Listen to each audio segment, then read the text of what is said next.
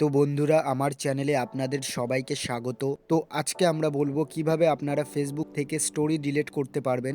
আপনারা ভিডিও কিংবা photo story দিয়ে থাকেন, তো সেটা কিভাবে ডিলিট করবেন সেটাই আমি আজকে বলবো। তো আপনাদের মধ্যে কেউ হয়তো নতুন নতুন ফেসবুক খুলেছেন কিংবা ফেসবুকটি ব্যবহার করছেন, তো এই ভিডিওটি তাদের জন্যেই। তো এখানে তোমরা দেখতেই পাচ্ছ বহুত লোক স্টোরি দিয়েছে, স্টোরি কিংবা স্ট্যাটাস যাই হোক।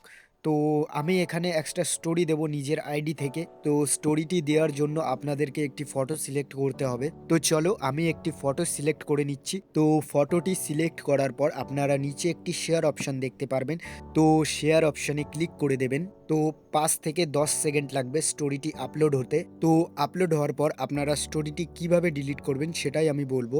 আর ফেসবুক স্টোরিটি ডিলিট করা খুবই সোজা। তো তোমরা এখানে দেখতেই পাচ্ছ আমার স্টোরিটি আপলোড হয়ে গেছে। তো আপনারা কিভাবে স্টোরিটি ডিলিট করবেন, তো এর জন্য আপনাদেরকে নিজেদের স্টোরিতে যেতে হবে।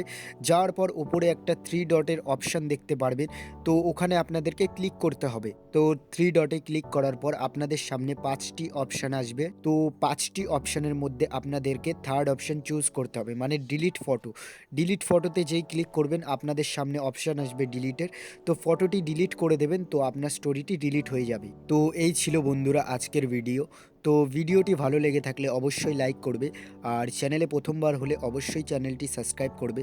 তো দেখা হচ্ছে পরের ভিডিওতে, ততক্ষণের জন্য বাই বাই।